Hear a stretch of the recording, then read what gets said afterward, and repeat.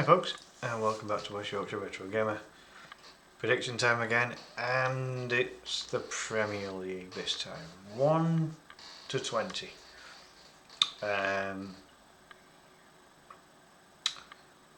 The Premier League doesn't start for a little bit yet, but other YouTube content creators are churning their predictions out. So I thought, why not? I'll do my own. So Champions League top 5, Europa and Conference League 6th and 7th, the other 3 teams in the top half, 7 in the bottom half, with 3 also in the bottom half, but more importantly in the relegation drop zone. So who's going to finish where? Let's delve into it. So I'll go alphabetically. So starting with Arsenal, what I'll do, I'll place everyone into the relevant categories and then I'll position them thereafter. So Arsenal, straightforward enough, top 5. Champions League, bought Gyökeres, who's a bit of a goal machine, certainly in Europe and in the Championship. Yet to prove himself in the Premier League, but I think with the additional goals there, I think there's no reason to suggest Arsenal will drop out the top 5, is there? So there we go. Moving on to Aston Villa. This is a close one. For now, I'm going to put them in the Europa League / Conference League department. But I'll explain a little bit more later when I've positioned everyone. Bournemouth. Now they're on. If they haven't already, they're on the verge of losing their centre back pairing, and they were really good, weren't they? But as long as they keep Iriola, the manager, and keep progressing the way they are doing, there's no reason to think that they're going to have a massive drop off. They were 9th last season. Did quite well, didn't they? So yeah, for Bournemouth, I've got Bournemouth in the top half. Brentford, I've got them going down. They've lost a lot of key personnel, both manager and key players. And if there's any season where it's not going to be the 3 teams coming up from the Championship that go straight back down again, this could be the season, and I think Brentford could facilitate that, because the losses that they've got in their personnel are massive. And I don't rate the guy that they've just brought in. Keith Andrews, alright, he knows the setup at Brentford, but he was a set piece coach, and he's never managed. He's never been the number 1 anywhere. So for me, I think they're in trouble. I really do. So at the moment, I've got Brentford going down. Moving on to Brighton. I think Brighton will join Villa in the secondary European competitions, if you like. Good season again, 8th last season, and pretty solid under that new young manager they've got in it. Ursula, is it? He's done alright with them, hasn't he? Very good owner with Tony Bloom, the poker player, as well.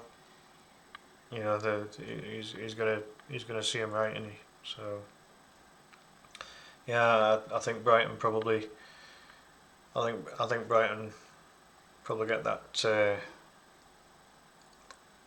7th spot in the table.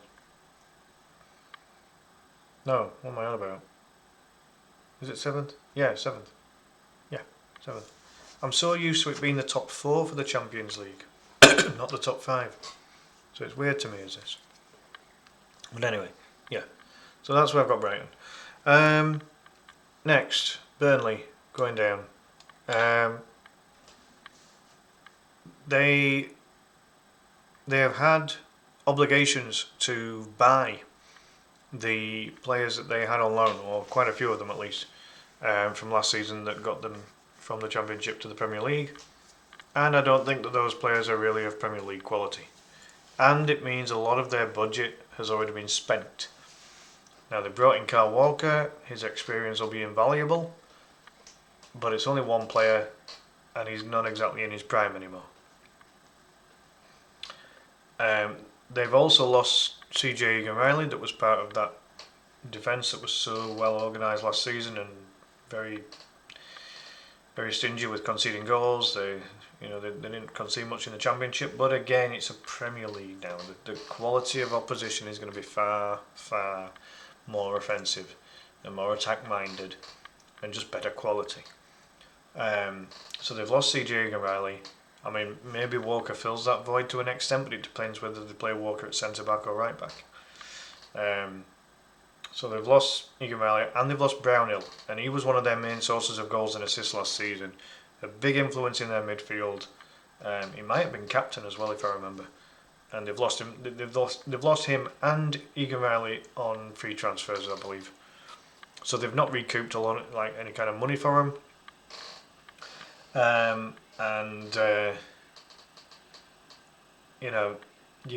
You've got to, for the quality that they had at that level, you've got to replace it. You've got to replace it. And I don't think they've got the funds to do that, on the basis that they've had to spend a lot of their budget on players that were already there at Championship level. So I think they'll struggle. I really do. Moving on to Chelsea. Again, nothing to suggest that they'll be outside of the top 5, really. Maresca maybe, but he came in and he's done a good job in his first season there, hasn't he? So I don't know, but maybe he would be the big question mark. Is he that good? I don't know. But yeah, for now. Aside from that, can't really think of any reason why they would. There's nothing suggesting they'd be out of that top 5, is there really? At the moment. Moving on to Crystal Palace. Bottom half.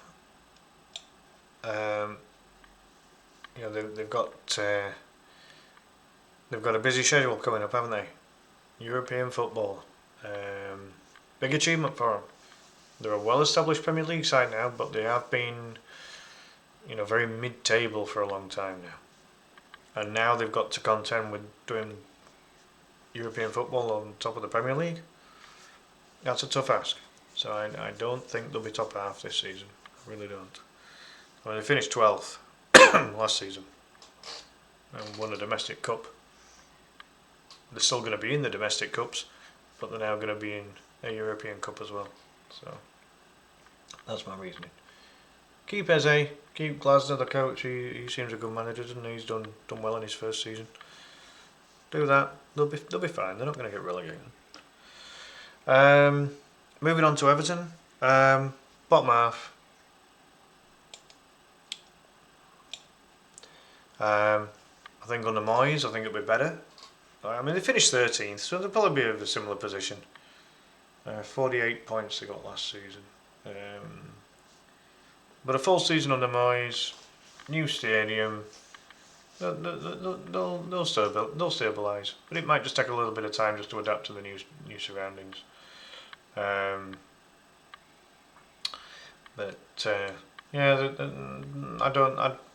don't think Everton will be under any kind of threat of relegation or anything, because I think Moyes will just keep them organised once. He's so experienced at this level now, and so experienced with Everton. He's done so many seasons with them previously, hasn't he? So yeah, they'll be okay, I think, probably. Forest, Nottingham Forest, I've got them top half. I think they're kind of like, because they've got European football this time as well, haven't they? So again, a little bit like Palace, but Forest were in the Champions League positions for a long time last season and then just tailed off towards the end, but still bagged themselves some European football. The owner, Marianakis, will still buy players left, right, and centre as much as he can do, and he's not right bothered about breaking rules to do so either, is he? So yeah, Forest will be top half again. I don't see any reason why not. They might drift into the bottom half, possibly. I don't think they'll challenge for Champions League or this time. I think it'll be a consolidation, mid-table, top half, but mid-table kind of position in a sense of they're not going to be in top 3 or 4 like they were for a long time last season. I think there will be a small drop off, but they'll be fine. They're not going to be in a relegation battle or anything. Moving on to Fulham, just scraping into the top half. I think they get 10th, but they could drop into the bottom half. Very, very close. But Marco Silva's got an established team there now, hasn't he? And they finished 11th last season. There's no major reason to think that there'll be any kind of drop off or anything. I mean, there's rumours that Muniz might move on, but he's on a massive loss. They'll probably replace him. They don't want rid of him, but if they do sell him, they'll probably they'll make a big price on him and buy somebody else that can bag a few goals. So yeah, I think they might just go up a place from last season and finish 10th. Who's next? My team, Leeds United. I think we stay up, but I think it'll come down to the last day by the width of one of Daniel Farke's hairs. And probably on goal difference. I'm not going to go too much into Leeds in terms of details here, but just to give a bit of context as to why I think we might stay up. I think part of it is because I think Brentford will have a bad season. Brentford had a good season last season, but that was under Thomas Frank and with better players. They've lost a lot of their good players, and they've lost their manager. Brentford last season, they were 10th and no threat whatsoever of being anywhere near relegation. No threat at all. But everything has changed now. So from Leeds' perspective, along with Brentford, that I think will have a dodgy season, I think Leeds will stay up because we've not lost anyone of real key that's been really key to us getting promoted, bar maybe Manor Solomon, who did get into double figures for both goals and assists. Joe Rothwell was a very effective set piece taker, but he only ended up with 4 assists for the entire season and didn't even get a goal. He's ended up going to Rangers, and Solomon's still at Spurs. So, from that perspective, on the wings isn't really an issue. I think we need to get a couple of new wingers in just to give us more depth. But James, Ramazani, and Nonto, I think they're a good bunch of wingers there. But we do need a couple more. Just additional squad quality really. We definitely need another striker, but Pirro's looked sharp in pre-season, to be fair to him, but he's unproven at Premier League level though. Nemecha's coming on a free. Looks alright. I don't think he'll be like mega prolific, but he could be a handful for defences. Looks alright, and on a free, it's not much of a gamble, is it? On a free, it means you can spend money on it, on other positions. We've bought in 2 new centre backs in Biol and Bo now. Gudmundsson's replacing Firpo. I think Gudmundsson looks a good player. I think he'll be alright. Biol's a bit of a unit. He's a bit of a unit, and Strauch and Roden are already big strong lads anyway. And Bo now, we've seen a bit less of him so far.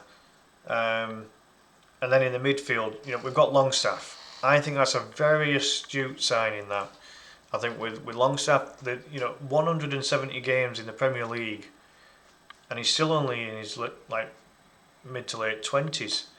That's vast experience, and a good player. And Stack, my God, he's a unit. He's a giant. Um, yeah, I think Stack could be one of the signings of the season certainly from Leeds' perspective, from Offenheim. Um, I think he'll adapt to the Premier League very well. Um, so as I say, really, and then we've got Lucas Perry, the goalkeeper, who, aside from Alisson Becker and Ederson, he might be Brazil's next best goalkeeper, possibly. Um, it's been, the Lucas Perry signing's been seen as a very, very good signing for Leeds. There's a lot of people really praising Leeds for getting Perry over the line. He didn't play in the match against Villarreal. Actually, I went to the friendly at Ellen Road this weekend just gone, and it was a shame. But Leeds had a lot of players injured actually, just small muscle strains from what I've been told. So they should all be available for the start of the season at least, even if they're not available for the friendly against AC Milan. The friendly against Villarreal finished 1-1. Pirro equalised for Leeds after a bit unlucky to concede. Meslier made a very good save, but then they scored the follow-up. So a bit unlucky. But again, I don't think Meslier is going to play once Lucas Perry gets fit. So it's a bit by the by, isn't it? I think it's only a friendly at the end of the day. Leeds need more signings. I think we need a new startable 11. Not necessarily, an 11 that will start every week, but I think we need to fill those gaps with some extra squad quality, and then I'll feel a bit more comfortable about us, finishing 17th. But I think we're going down the right path, and I think a combination of Leeds improving their squad quality and still retaining a decent level. As I say, we haven't. I think it's good that we haven't lost anyone that's of a really important nature. And we've made some good signings by the looks of it. So only time will tell, of course. But I do think we might just stay up, just on the last day. But I do feel the target has to be 10 wins and 10 draws. Tottenham survived on 38 points last season. That's terrible. Wolves and Man U 42, West Ham 43. That's up to 14th, and they all survived. Now, I mean, anything over 40, you expect teams to stay up. But it's very tight, isn't it? It's very tight at the bottom there from last season, and I think if Leeds get 10 wins and 10 draws, I think they stay up. If they get 9 wins and 9 draws, and anything less, so 8 wins and 8 draws or less, no, they're down. So I think that's vital. I really do. So moving on, that's my piece on Leeds. Just because I've got more knowledge on Leeds than I have of all the other clubs. But it's just to give you the viewers a little bit of an insight as to what's going on at Ellen Road at the moment. The vibes are good. We're unbeaten in pre-season. It's all been wins and draws, so that does breed a good mentality. Hopefully, we get all of our players back fit and available, ready for the start of the season, and that we bring in some new additions. And hopefully Farke can prove that he's got something about himself, because obviously the couple of seasons he's had with Norwich were very, very poor. And if Leeds are in dire straits after about 11 games, I think the 49ers enterprise might decide that maybe Farke's time is up. That'll be about a quarter of the season gone by then. So,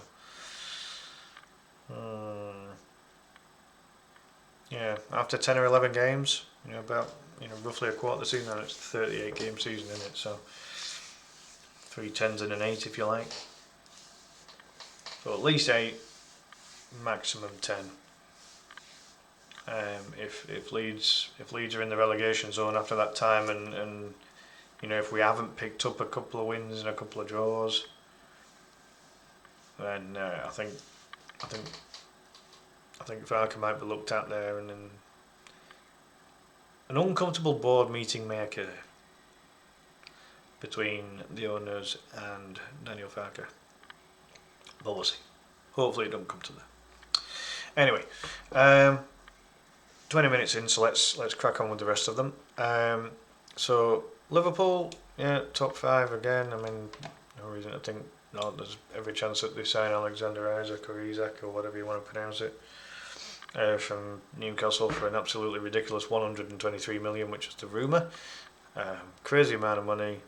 He is a goal machine, and if they get him, it probably puts the icing on the cake. If they don't, who knows? But joining him, I think Man City will be in the top 5 as well. I don't see any reason why not. Guardiola ain't going to tolerate a season like last season, is he? So he's going to have them all fired up, and because I mean, what has Josep Guardiola got to prove now? He's won everything with Man City before. The next stage of his career is probably to manage Spain. You would think. Maybe. Depends on his mentality. But I don't think that he leaves Manchester City after a season like last season. I think he probably, bare minimum, he's got to leave with some silverware, hasn't he? Even if it's just a domestic double, like FA Cup and League Cup, possibly. And obviously a Champions League place. But I think he'd be aiming higher than that. He'd be aiming Premier League, as a minimum. So yeah, no reason to put him out of there.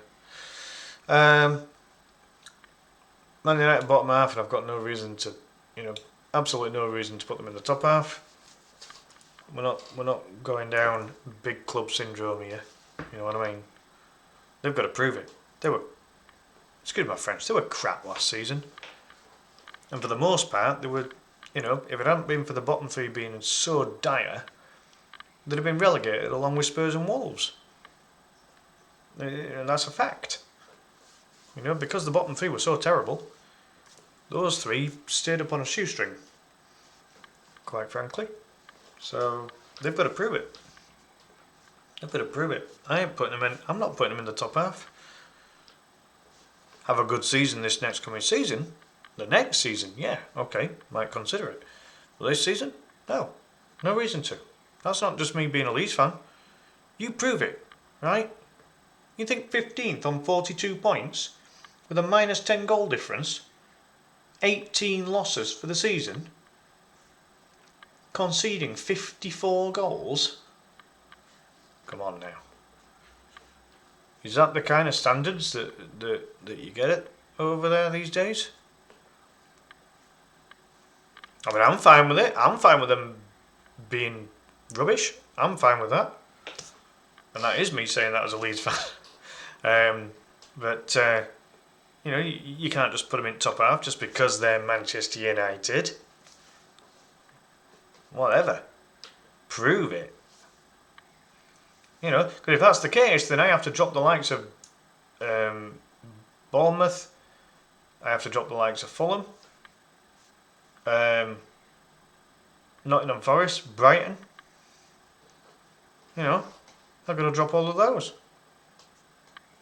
Just because of the big club syndrome mentality, whatever you want to call it. Nah, they're bottom half, and they've got to prove it otherwise. Moving on.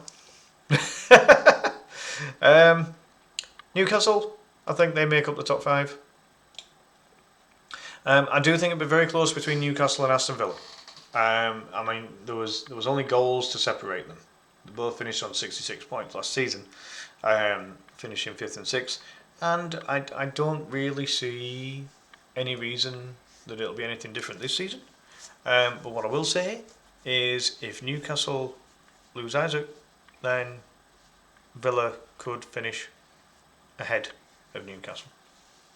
I think if Newcastle keep Isaac, then I think Newcastle keep 5th and Aston Villa keep 6th.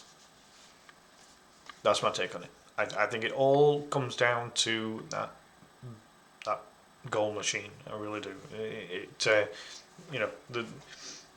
You look at the stats of last season, and Newcastle scored 10 more goals than Villa and conceded 4 less. So it resulted in a far bigger goal difference. And, that counts for something. So, that's my take on it. Sunderland, in the relegation zone as well, unfortunately. A manager who is unproven at this level. A squad which, bar the new signing of Granit Xhaka, is so young, so inexperienced. They lost a couple of their bright young stars from last season as well. They've replaced them, aside from Xhaka, they've replaced them with more young players. And again, it's players that aren't used to the Premier League, and I just think that there is an element of the unknown quantity and unknown quality there, which might just give Sunderland a little bit of an edge. But the overall quality is going to, you can't base your season on having a player like Kyle Walker at Burnley or a player like Granit Xhaka at Sunderland and hope to stay up. You need more of that. Can't just come down to one player. So that's my reasoning for them being there. Simply put. Tottenham, bottom half as well. Same reasoning as Man United, really. The one thing I will say is that obviously they've changed manager from Postecoglou to Frank, and Frank has got a little bit more considerably more Premier League experience than what Postecoglou had when he was there. So I've got itchy nose syndrome. Happens every live stream and every recorded video, unfortunately. I do apologise. Realistically, again, like Man United, Tottenham, terrible season, 38 points, like a point a game, and a -1 goal difference. They conceded 65 goals. It's only the fact that they scored 64, which kind of helped them get enough wins on the board. It was 11 wins. They only drew 5. But 22 losses. For a team that expects European football every season. Wow. If it weren't for the 3 teams below them being so rubbish last season, they'd have been down. Simple as. Now, with Tottenham, they've got European competition this season, but at what cost? Is the squad good enough? They've lost Heung-min Son, who, alright, is in his 30s now, but still one of their best players. I'd have had him at Leeds. Fantastic player. Wages wise, we'd never compete with his wages. But ultimately, you lose that quality, and you have a dire season like last season, which in previous seasons 38 points gets you relegated. It has done in the past. So very, very lucky to stay up. And again, this whole big club syndrome. Now, they've got to prove it. They've got to prove that they deserve to be top half. I ain't putting them in there. They're staying bottom half. So just to kind of round up the 20, and then I'll position them all for you. We are left with Wolves and West Ham, who they haven't really adapted under Potter, have they, West Ham? And Wolves, they're just an established bottom half club, and the whole Portuguese revolution is gradually dying down now. That's when Wolves looked really decent and were a good top half team, but all of that's seemingly a little bit less now. I think there is still some Portuguese influence in there, but it's not as much as it used to be, as far as I know. Could be wrong. But yeah, so the 20 have been placed. We've done that in half an hour, so we've done alright there. Quite happy with that. So let's get in position now, folks. So starting at the bottom, I think Burnley bottom. I just think the fact that they've had those obligations to buy the players, you know, they haven't brought in, you know, Premier League standard quality, whether it be experienced Premier League players aside from Walker, or players that could possibly adapt to that level. I'm not seeing enough of it, and the fact that they've been forced to sign those players that were on loan, like not all of them, but they've had to, you know, they've had to nail down a few of them, and I don't think they're Premier League quality.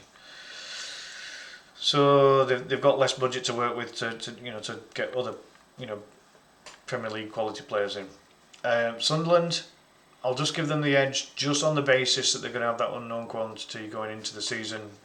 You know, manager that's never managed in there, young kids or young players that they'll go into it with no fear, but again, just a lack of quality. You know, Xhaka, yeah, you know, Xhaka to Sunderland is like Walker to Burnley. You know, it's massive experience, good quality, but it's only one player, and you just can't rely on that. And Sunderland did lose a couple of their star youngsters. You know, and again, they've got the money to reinvest, you know, from those sales, but yeah, no, it seems fair. And then Brentford, as I say, you know, you've got Mbeumo who has gone. You've got Wissa who wants to go, and all of their goals came from those two last season, or a massive chunk of their goals came from those two last season. They've lost some of the key personnel as well. They've lost Thomas Frank, so it's a brand new setup really with Keith Andrews. I know he was part of the backroom staff, but he's not a manager. He hasn't proved anything. You know, like Man United and Tottenham Hotspur have to prove that they are not bottom half clubs. You know, Keith Andrews has to prove that he's a manager. Just being a pundit and a set piece coach doesn't prove that you're a manager. And I just think it's too much transition in one go, and I think that Brentford are doomed because of it, and that then allows Leeds, my club, Leeds United, to finish 17th. I'm not being naive.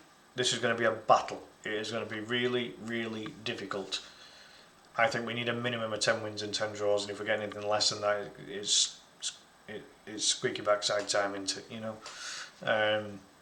But if we can achieve that, if we can get 40 points with the 10 wins and 10 draws, I think we stay up only just. I think that maybe Brentford would then get relegated on something similar to what Tottenham did, what Tottenham got last season. Sorry, you know, with 38, and Leeds end up with 40. That's how close. That is how close. Like Brentford could stay up and Leeds could get relegated. You know, like I'm realistic. It could happen, but I'm believing that my club can do what they need to do. The 49ers haven't pumped all this money into the club just to see the club get relegated. And we've got stadium expansions going up to 53,000 that's going to be completed within the next 5 years. You know, things are going up. They're on the up for Leeds United. And I think it starts with a consolidation season. Just get 17th. I would take 17th all day long right now. Right? It's going to be one hell of a difficult season. You know, I'm under no illusions. Right? Massively, massively difficult, because all these new players coming in, they've got to adapt, and quick. But Leeds are going for a big physical side. All of their signings are like 6 foot or bigger. Thereabouts. You know, the big boys, and you know, so that they should be, you know, they should be up to the physical side of the Premier League. We're going to find out if they've got the quality, but certainly the physical side. You know, and Leeds still have, you know, Leeds have already got, you know, 3 or 4 players in the squad that are big units. But now, they've got a lot more than that, and that might just tie it over the line for Leeds. But as I say, I think it might even come down to the final game of the season. That's how close I think it might be. So after Leeds, Wolves next, then West Brom. As I say, it's hard to know with Wolves. 16th last season, 42 points. It was pretty poor. 20 losses, 69 goals scored, minus 15 goal difference. It's not great, is it?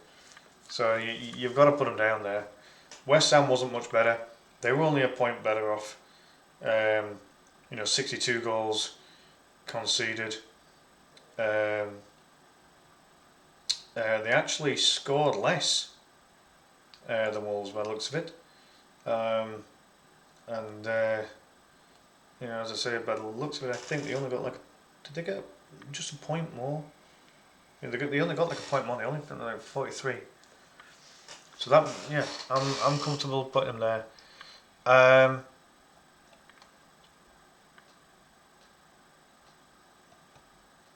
Now then,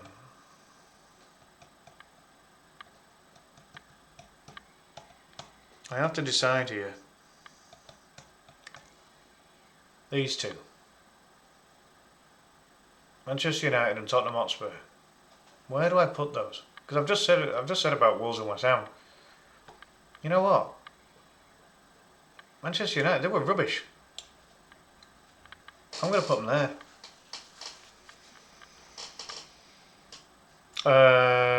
Tottenham. So Tottenham are in a position where they can attract some reasonable players because they are going to be in European competition.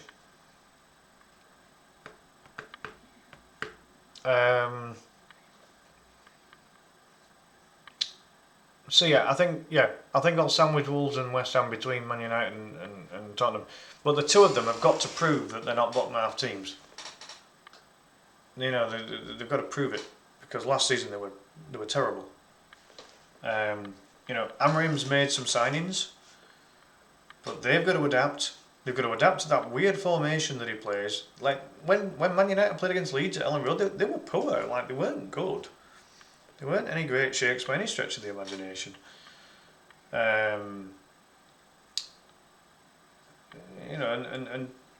Thinking about it, Tottenham, they've lost Frank. Sorry, they've gained Frank, but and lost Postecoglou. They've lost Heung-min Son, but they've got to adapt to Frank's tactics and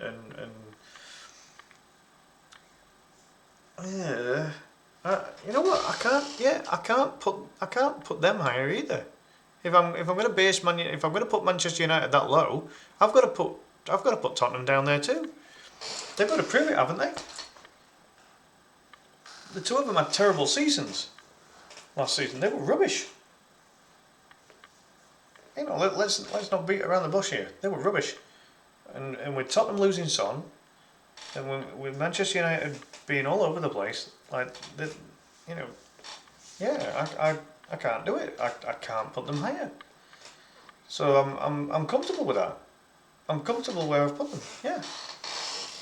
All this big club syndrome, forget it. They've got to earn it. They've got to perform. So I don't think I'm out of line putting them there. I really don't. Not to where they finished last season. So Wolves and West Ham after that. Everton and Palace making up the rest of the bottom half there. I think that's fair, based on the seasons they had last season as well. And then Fulham, Fulham, Everton, Palace and Fulham. I think between those three it could switch a little. So then I will put Bournemouth next, because Bournemouth have lost a couple of centre backs. They're going to have to strengthen in that department. But I think they'll be fine. Nottingham Forest, again, they're in Europe as well, aren't they? So they're going to have to. They're going to have to adapt. But the owner's quite happy to buy a load of players, isn't he? So if they need extra strengthening, he'll do that for them, won't he? So I'm okay putting them like Bournemouth have to keep Iriola as manager as well. I think if he goes, I think they lose a lot of their best players. I mean, they've lost a couple of their best ones already, but no, I'm comfortable with that. And then, yeah, Brighton next, and then I think it then becomes very close between Aston Villa and Newcastle, and I think a lot of it comes down to whether Newcastle keep their star striker. It's that simple. You know, if they lose Isaac, I think Villa could finish ahead of Newcastle. Because they're losing Callum Wilson as well. I think he's left on a free after his contract expired. So they've lost a lot of firepower there. If he goes as well. And Aston Villa are just chugging along nicely for themselves, aren't they? So I think they still got Emery as manager, aren't they? So yeah, I think everything's all right there. It's looking all looking rosy. So yeah, I think that'll be fine. But again, that would be based on whether Newcastle keep their star striker, as to whether Newcastle are 5th and Villa 6th, or vice versa. Then moving on to the other four. 4th, Chelsea. For me, there's still a bit of a question mark over Maresca. You know, he's had one very good season, fair enough. You know, 69 points. You know, 20 wins, 9 draws, 9 losses. 64 scored, 43 conceded, plus 21. You know, it's decent. It's not spectacular, but it's decent. So, you know, yeah, comfortable enough with that. Then Arsenal. Got Arsenal 3rd. They signed Gyökeres, which I assume they've signed Gyökeres, which I think it'll be a good signing. You know, he's proven himself in the English Championship and then in the Portuguese top division. But he's still got to prove himself at Premier League level, hasn't he? But when you know where the goal is, you know where the goal is. And if you give him the service, and Arsenal should have all the tools in the world to give a striker some service, then they should have a good season. And, you know, maybe they challenge the other two. And then finally, whoops, oh shoot, try that again. Yeah, and I'll tell you for why. And I'll tell you what could change. If Liverpool confirm the signing of Alex Isak, Liverpool go top. If they don't, then I think Manchester City win the league, because there's no way that Guardiola is going to allow what happened last season to happen again. They can spend as much as they want to spend. The only thing that's going to stop Man City winning the league are two things. One, if Liverpool get Isak. Two, if the Chargers end up penalising Man City. They've got over 100 charges still against them, haven't they? As far as I know. I could be wrong on that, but that's my take. So based on a couple of factors there, a lot of people think I'm balmy, dropping Liverpool to 2nd, but I think a lot of people think that my predictions are balmy, and I'm fine with that. I don't care. Take everything with a truck of salt. I don't know anything, you know. I'm just a Leeds fan, but I could be a fan of any of these teams and I wouldn't know anything more. At the end of the day, I'm a fan. I'm not a manager. I'm not a scout. I'm not an owner. You know, I'm not a coach. So, you know, this is just my prediction. This is just what I think might happen. So there you go. So yeah, there's my reasonings, folks, and those are my positions. So Manchester City finishing 1st, down to Newcastle in 5th, Villa 6th and Brighton 7th, 8th Forest down to 10th for Fulham, 11th Crystal Palace all the way down to 17th for Leeds, and then 18th Brentford down to 20th for Burnley. Now, as I say, I could be completely wrong with all of these. I could be right with most of them. Who knows? Who knows? Only time will tell. But that is my official Premier League prediction, 1 to 20, for the 2025-2026 season. So, with that in mind, folks, do please put your 1 to 20s down in the comments below. let me know where you would have everyone. I think a lot of people would have the 3 teams coming up to go back down again. I think a lot of people would have Liverpool to win the league. And I think a lot of people would probably have Tottenham and Man United in the top half for some unknown reason. You know, those are the things that really stick out for me with the predictions that I've made. Yeah, don't let me influence you. I want to see your 1 to 20s. So please put them in the comments down below. Let me know your thoughts on my predictions. Please be nice. You know, it's just an opinion. Don't feel too hard done by if I've put your team too low, and don't feel over the moon if I've put you too high. You know, just a bit of fun.